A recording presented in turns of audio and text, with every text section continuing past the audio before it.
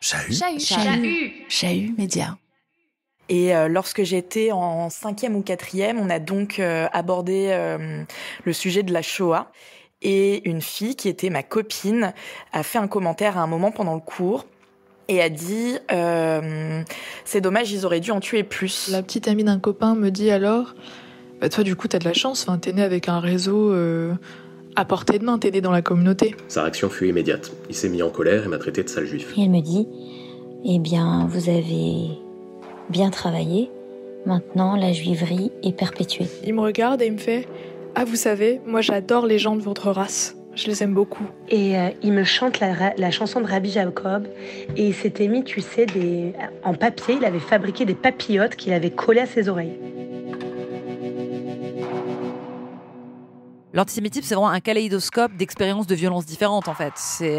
J'étais avec une personne qui, en pleine dispute, un jour m'a cassé la gueule en hurlant « sale juif, t'aurais dû mourir dans un four », c'est probablement le pire souvenir de ma vie. Mais ce qui ne veut pas dire que cette grosse agression ne vient pas remplacer ou cacher un milliard d'autres strates d'agression.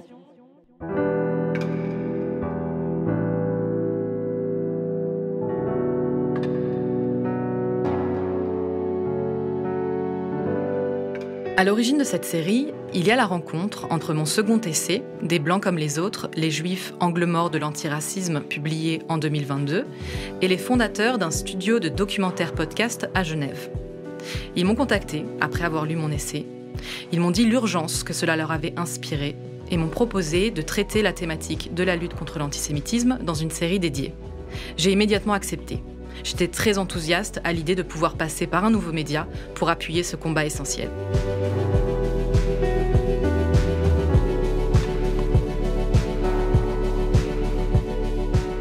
Pendant plusieurs mois, nous avons fait remonter des discours et des témoignages des deux côtés de la frontière franco-suisse, avec la participation d'intellectuels, d'artistes, de chercheurs, de militants ou de politiques, pour une compréhension des enjeux de la lutte contre l'antisémitisme.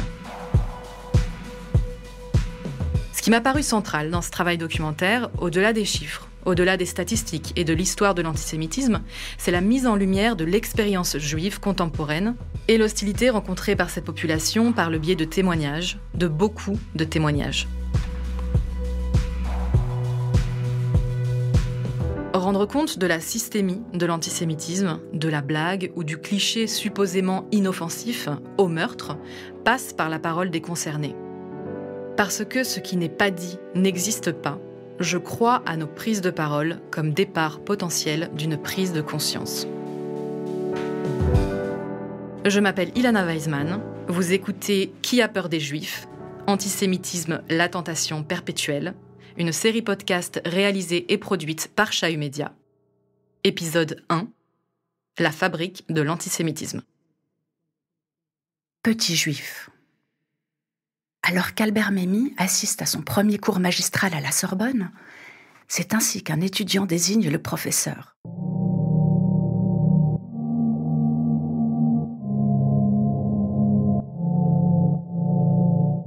Dans son essai « Portrait d'un juif » en 1962, il écrit « C'était déclenché le frémissant déclic intérieur qui me prépare à la bataille. Amertume et colère, humiliation et révolte. » Pourquoi un tel bouleversement, une telle mobilisation devant des incidents somme toute futiles ? Sinon parce que la cristallisation avait commencé depuis si longtemps, parce qu'il me suffit de tourner la tête pour voir se lever, s'ordonner, s'additionner les souvenirs. Ce sentiment d'accumulation, du petit incident qui en appelle sans précédent, symptomatique d'un système global. Il faut commencer par le début, l'antisémitisme. Ça existe depuis toujours, mais ça commence quand ? Il est difficile d'établir une ère de l'antisémitisme avant l'avènement des monothéismes, et plus particulièrement avant l'avènement du christianisme. Jonathan Ayoun, réalisateur et essayiste, co-auteur de la série documentaire « Histoire de l'antisémitisme, de l'Antiquité à nos jours ». Dans l'Antiquité pré-chrétienne, il y avait des formes d'hostilité à l'égard des Juifs, il y a même eu des violences anti-juives, comme donc à Alexandrie en 1938, qui est la première émeute anti-juive documentée, mais il n'y avait pas un statut de déchéance, une forme d'hostilité massive ou durable qui s'était installée.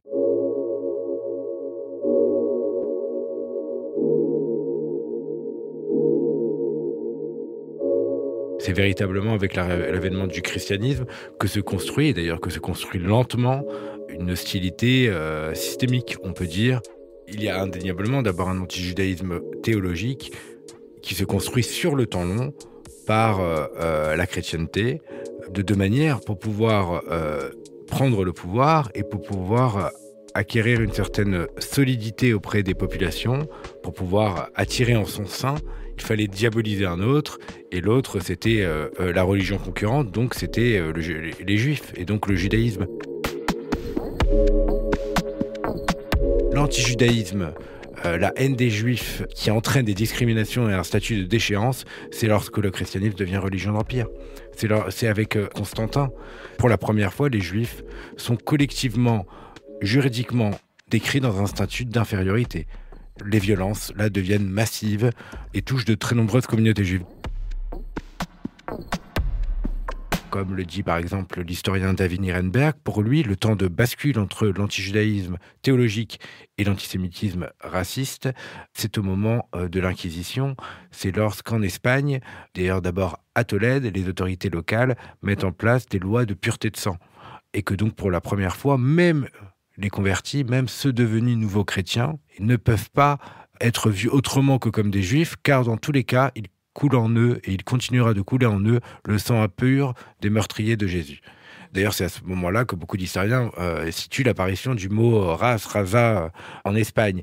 Mais comme ça ne devient pas un phénomène général, c'est que dans un territoire bien délimité, qui est donc la péninsule ibérique, eh bien, on pourrait dire que non, c'est pas à ce moment-là que naît l'antisémitisme racial, puisque ça n'a pas un écho considérable. Le moment où c'est un écho considérable, et que tout le monde connaît, c'est bien au XIXe siècle, c'est-à-dire au moment où les théories et l'idéologie raciale devient un phénomène pseudo-scientifique et où devient une croyance massive, c'est-à-dire lorsqu'on définit les Juifs comme appartenant à une race inférieure, qui est la race des Sémites.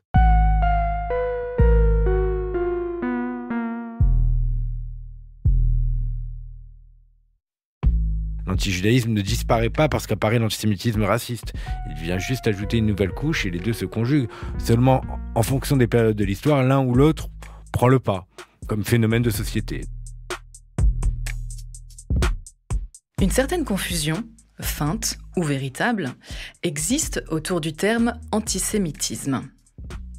De façon très semblable à ce qui se produit avec l'islamophobie, d'aucuns se cacheront derrière une supposée critique religieuse pour déverser leur haine des juifs. Je n'ai rien contre les musulmans, je déteste l'islam. Je n'ai rien contre les juifs, j'ai un problème avec le judaïsme. En réalité, l'antisémitisme passe par la haine religieuse, mais aussi la haine d'un peuple, d'une culture ou d'une race supposée. C'est un adjectif donc, qui avait été créé en 1860 par un orientaliste juif autrichien qui critiquait à l'époque Ernest Renan, qui avait développé des préjugés antisémites en comparant la race sémitique à la race indo-européenne et en la considérant comme inférieure. Anne-Sophie Seban, docteure en géopolitique, directrice du bureau de Paris de l'American Jewish Committee, qui produit notamment une radiographie annuelle de l'antisémitisme en France. Et donc, ce terme recouvrait à l'époque une réalité plus large que celle de l'hostilité aux Juifs.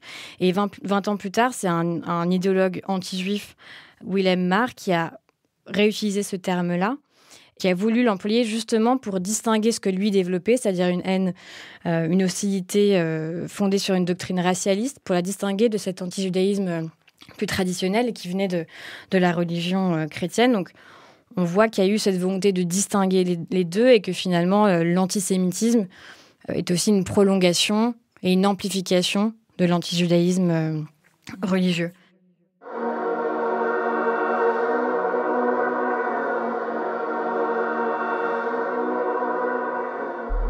Si l'on se penche sur les écrits des théoriciens racistes de la modernité, la haine religieuse est également présente dans leur doctrine.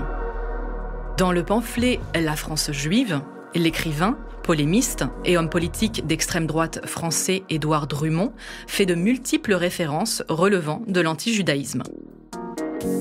La haine raciale s'imbrique dans la haine religieuse et réciproquement. Il est certain que la mythologie qui a fait le plus de dégâts mis en place par le christianisme, c'est le déicide, c'est le meurtre de Jésus. Jonathan Ayoun. On pourrait dire qu'aujourd'hui on n'en a plus trop de traces. Il n'empêche qu'on ne peut pas lutter contre quelque chose qui s'est construit sur des siècles, qui a été transmis de génération en génération, pour croire que ça disparaît complètement d'une forme d'inconscient collectif. Donc il y a cette accusation-là qui a fait tellement de dégâts, qui aujourd'hui n'est plus une croyance populaire, mais qui est quand même là quelque part dans, on va dire, l'association Juifs Trahison, plus d'ailleurs que dans l'association Juifs assoiffés de sang.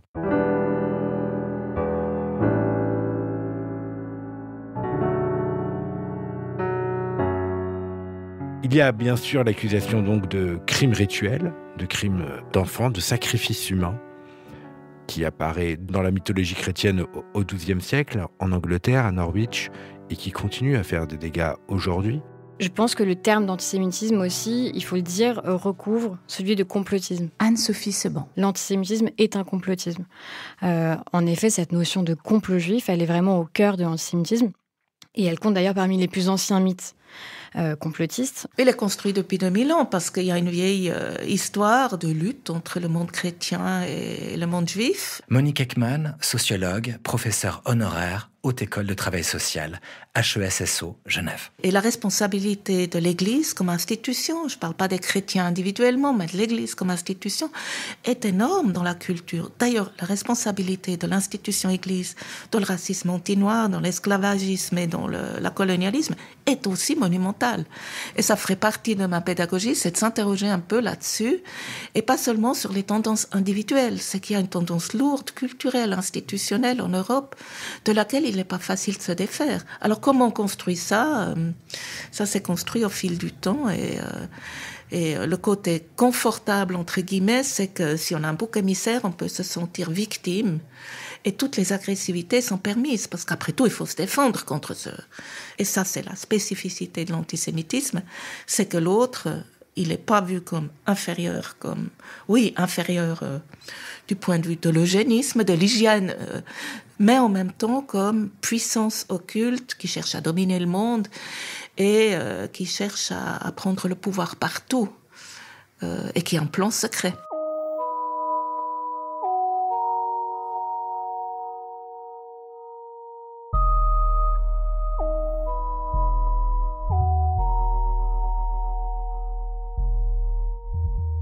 Hello Ilana, excuse-moi de ne pas avoir pu t'envoyer ce vocal plus tôt. Je suis en tournage à Angoulême et là je profite d'une petite pause pour te l'envoyer. Rosa Berstein, humoriste, comédienne et scénariste. Donc tu avais peut-être suivi, il y a quelques mois j'ai eu l'occasion de faire ma première chronique sur France Inter dans l'émission Zoom Zoom Zen et le sujet c'était la réinformation. Voilà.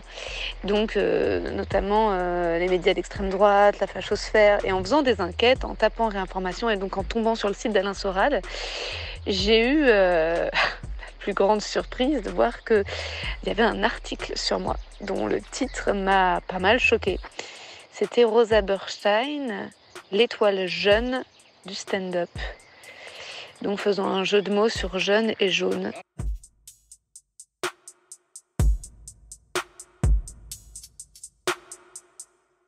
Pour le bien de la chronique France Inter, j'ai essayé d'en rire parce qu'il fallait trouver une réponse et parfois mieux vaut rire que pleurer. Mais c'était terrible. C'était terrible et tu sais, ça m'a vraiment fait penser à une forme d'époque nazie, quoi. Je me suis dit, mais j'ai essayé d'imaginer la peur qu'avaient dû avoir les artistes, acteurs, actrices juifs pendant la guerre.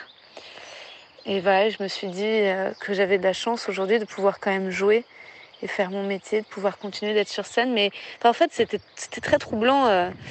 Et puis tout l'article était hyper nauséabond. Après, je pense que du fait d'avoir enregistré l'épisode de mon podcast avec toi, d'avoir lu ton bouquin, j'avais déjà pas mal d'éléments de compréhension. Je savais ce que c'était que le dog whistling, je savais pourquoi l'ironie était utilisée, je savais pourquoi on utilisait des mots, des synonymes, de dire communauté plutôt que de dire juif. Enfin, il y avait pas mal de choses. Et voilà, c'est terrible. C'était assez choquant. Bon, en même temps, voilà, j'en ai parlé publiquement. Et je ne sais pas ce qui était le plus choquant, si le plus choquant c'était après de m'apercevoir qu'il y avait si peu de gens choqués. Comme d'habitude, c'était plutôt les juifs autour de moi qui ont réagi et à qui ça a fait du mal, ou même certains voulaient, peut-être pourquoi pas réfléchir à une forme de défense, pourquoi pas prendre un avocat, pourquoi pas porter plainte, faire disparaître cet article. Mais hélas, autour de mes amis, et notamment de mes amis à gauche, toujours un tout petit peu moins d'émoi, un tout petit peu moins de sensibilité peut-être pour le sujet. Et là encore, ton livre m'était d'une grande aide, parce que j'aimerais un jour que l'antisémitisme redevienne aussi une cause chère à la lutte antiraciste et pas un angle mort. Voilà. Et ça arrive quand même très, très, très souvent. Mais bon, heureusement, il y a ton podcast que j'ai hâte d'écouter bientôt et qui j'espère, fera avancer les choses dans le bon sens. Je t'embrasse, à bientôt.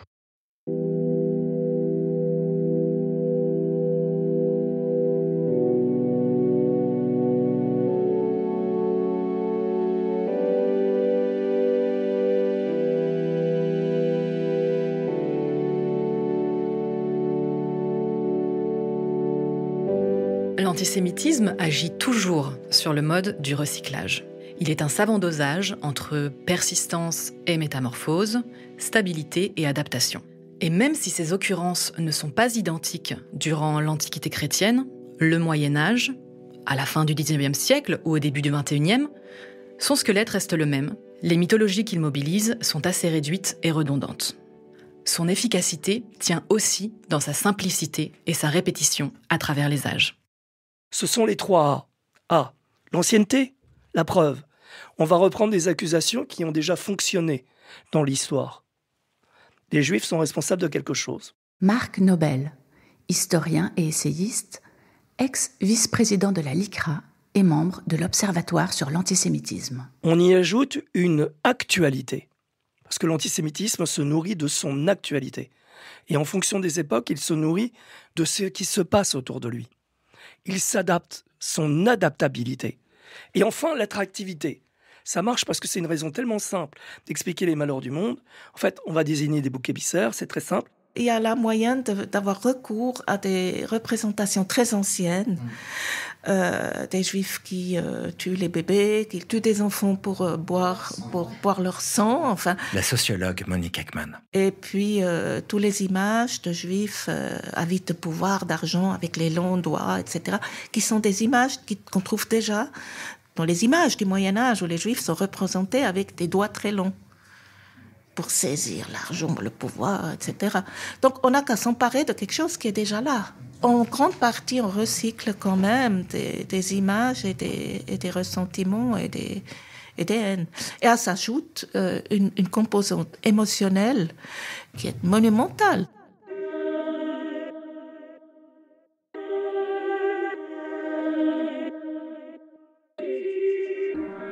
Beaucoup de gens ne comprennent pas qu'une des distinctions du racisme et de l'antisémitisme, c'est que l'antisémitisme, c'est vraiment plus qu'une haine ou un mépris pour une nation, un peuple ou un groupe, mais c'est une vision du monde.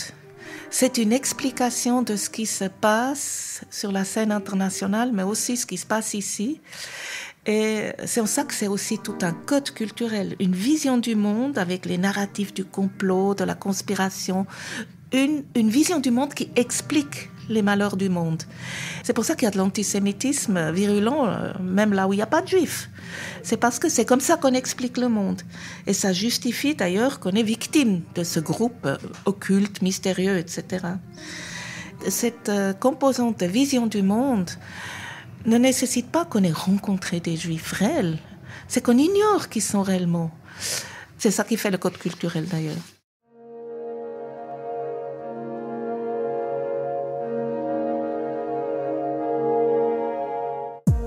Il y a une chercheuse qui s'appelle Shulamit Volkov qui il y a déjà, je crois que c'était dans les années 60, elle a forgé le terme de l'antisémitisme comme code culturel. C'est l'antisémitisme, une certaine perception des événements et des juifs comme allant de soi, un entre-soi qui, on sait de quoi on parle et on met jamais des mots explicites sur les choses, mais on est en termes de nous et eux assez radicaux quand même.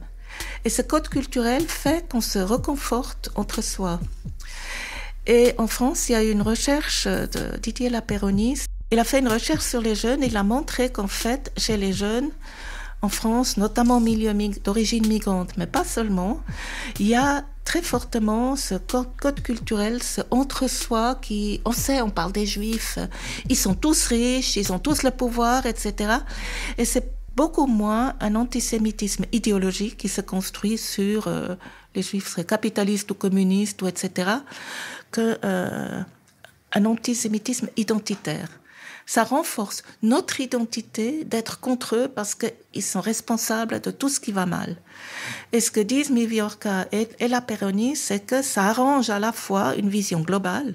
Ça va mal au Moyen-Orient parce qu'il y a les Juifs, et puis ça va aussi mal chez nous en France, dans les banlieues, parce qu'il y a les Juifs. Donc c'est à la fois la discrimination réelle, vécue au quotidien, et puis tous les problèmes géopolitiques qui se conjuguent dans un antisémitisme qui est extrêmement identitaire et qui crée ce nous et eux très radical et qui a mené à des crimes aussi, faut dire. Mais la piste à réfléchir sur un antisémitisme identitaire qui renforce le nous envers le eux est assez intéressante parce qu'il faut aussi entendre ce qu'il y a derrière ce nous en termes pédagogiques. Et je pense qu'un des ressorts essentiels de l'antisémitisme dans certains milieux, c'est les ressentiments. C'est qu'on n'accepte pas ses droits, qu'on n'accepte pas des positions sociales honorables, etc. Ça n'explique pas tout et ça n'excuse surtout rien. Mais ça nous oblige peut-être aussi de voir un peu comment ça se construit, dans quel contexte ça se construit.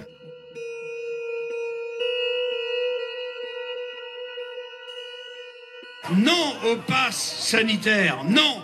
Et pourquoi il ne nous collerait pas une étoile jaune pour qu'on soit repéré plus facilement ? Cette comparaison est odieuse. Vous ne pouvez pas vous imaginer à quel point j'ai été touché. Les larmes me sont venues. Je l'ai porté, l'étoile, moi. Je sais ce que c'est, je l'ai dans ma chair encore. Je crois que c'est le devoir de tous, de se lever, de ne pas laisser passer cette vague outrancière, antisémite, raciste, qui rôde dans les coins. Je crois que c'est un devoir primordial. Vous savez, j'ai eu l'impression de revivre ce qu'on avait peut-être vécu au Moyen-Âge, lors de la diffusion de la peste noire. Marc Nobel. On accusait les Juifs d'avoir répandu la peste, d'avoir empoisonné les puits, d'empoisonner des enfants chrétiens. Et ça allait même plus loin dans les délires de l'époque. On disait, les Juifs tuent des enfants chrétiens pour boire leur sang. Eh bien là, on trouvait des responsables à la crise du Covid. Ce qu'on a vu pendant le Covid, ça a été... Anne-Sophie Seban. Ça a été immédiat. Et c'est vrai que le Covid était une porte d'entrée parfaite, j'allais dire, pour le réactivage de ces préjugés, puisque c'est un virus dont on ne connaissait pas exactement à l'origine, qui a pris tout le monde par surprise, qui s'est propagé très très vite, etc. Et je me rappelle d'ailleurs très bien de ma stupeur quand on avait vu sur les réseaux sociaux cette caricature antisémite d'Agnès Buzyn, qui donc était à l'époque, au début de la crise, ministre de la Santé.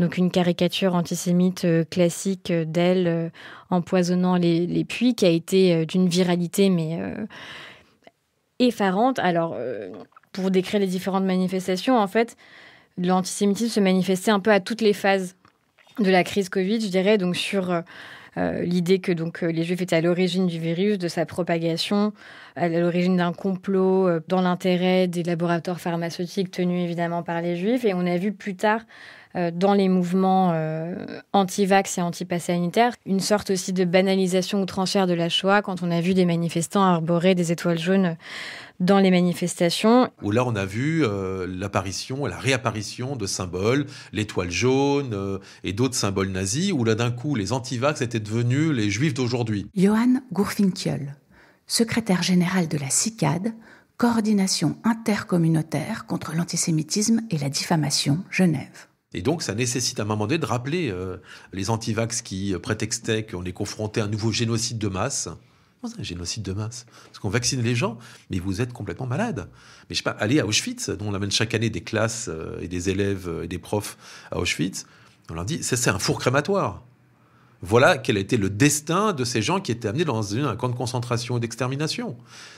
Et ça, il y a une perception aujourd'hui qui commence à s'altérer au fur et à mesure du temps, parce qu'on ne comprend pas ce que veut dire génocide. Tout est génocide au final. On perd la conscience même de la valeur d'un terme. Et donc du coup, il ne faut pas espérer derrière que les gens comprennent véritablement la portée de ce que peut être ce type de phénomène.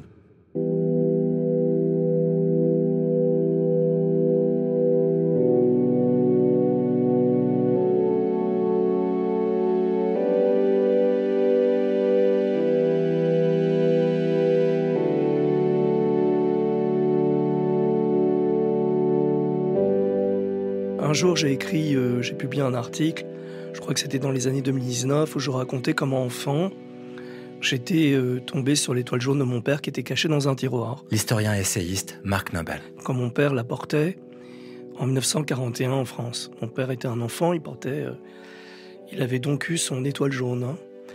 Bien, donc j'étais venu voir mon père et enfant, je lui avais demandé, mais c'est quoi ce truc ? C'est un enfant, il voit un objet, il comprend pas. Il y a marqué juif dessus, c'est tout jaune, c'est bizarre. C'est un morceau d'étoffe.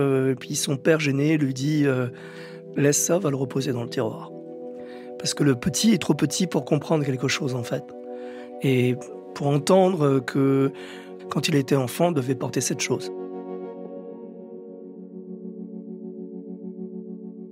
Et il n'a pas su trouver les mots, ou il a voulu me protéger, et ainsi de suite. Donc j'ai raconté cet épisode dans un article qui a été publié dans la revue Civique. Et j'ai demandé à ce que l'étoile jaune de mon père, que j'ai prise en photo, soit publiée pour illustrer l'article. Et au mois de juillet 2020, j'ai été informé par un correspondant en Suisse que la même photographie s'était retrouvée dans les réseaux sociaux. Et l'étoile jaune de mon père était distinctive, dans le sens où il y avait des pliures spéciales et des déchirures qui apparaissaient très nettement quand vous la touchiez entre les mains, que vous la regardiez à l'œil. Et dans la photographie que j'avais postée, on voyait ces déchirures et ces pliures très spéciales. Il y avait 5 pliures et 2 déchirures très grandes. Donc en fait, c'était exactement la même photographie qui a été volée par des gens, reprise par des gens. Et à la place du mot juif, ils ont mis non vacciné. Voilà. Et je prends ça dans la gueule. Donc j'en ai pas dormi de la nuit, en vérité, parce que j'étais en train de me demander, mais qu'est-ce qui se passe ? Qu'est-ce qu'on me fait, en vérité ? Et pourquoi ces gens font cela ? Et pourquoi ont-ils volé cette image ? Pourquoi ne comprennent-ils pas le sens de cet article, ou en tout cas de ce que cela pouvait vouloir dire pour les gens qui portaient cette étoile-là, avec un mot les désignant en tant que tels et pouvant les amener à la mort. Ça m'a profondément troublé. Vous savez, il y a des confusions, il y a tellement de confusions en fait, que les gens prennent les choses comme si c'était un fourre-tout, tout se ressemblerait selon eux. Eh bien non. Eh bien non. La condition d'un enfant en 1941 qui porte une étoile jaune, c'est la condition d'un enfant qui est exclu du monde. C'est la condition d'un enfant qu'on va arrêter. C'est la condition d'un enfant qu'on va déporter. C'est la condition d'un enfant qui va être tué. Les gens qui ont pensé qu'ils pouvaient, dans les rassemblements et les manifestations d'antivax, porter des simili-étoiles jaunes en les découpant et qui se prenaient pour des déportés, n'ont rien compris à l'affaire. Alors ils ont droit d'exprimer des craintes, ça c'est qu'ils le fassent. On est en démocratie, donc ils peuvent s'opposer au vaccin, dire qu'ils ont peur de se faire vacciner, tout ce qu'ils veulent. Mais ces comparaisons sont totalement odieuses, en réalité, et procèdent d'un amalgame qui est criminel. Aucune de ces personnes n'a été arrêtée. Et arrêtée par des policiers en vue d'être convoyée dans des camps d'internement. Ou des camps de transit, et d'être conduits dans une gare pour se retrouver dans des wagons de bestiaux où on les emmènerait à Auschwitz, en fait.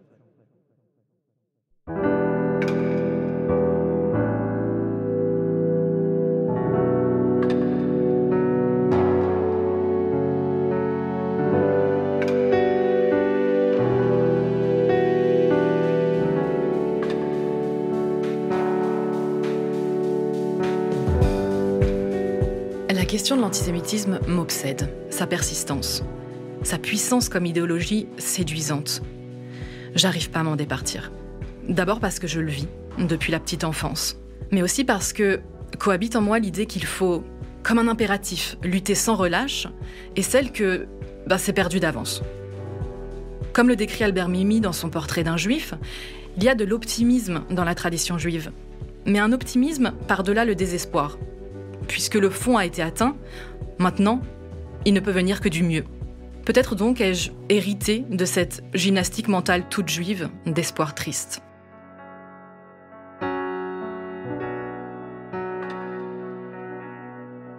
Dans le prochain épisode, nous continuerons de dérouler les mécanismes de ce racisme particulier par des voix d'experts et de témoins, cette fois-ci à gauche de l'échiquier politique. Car comme tout phénomène systémique, il n'épargne aucun camp, aucun champ.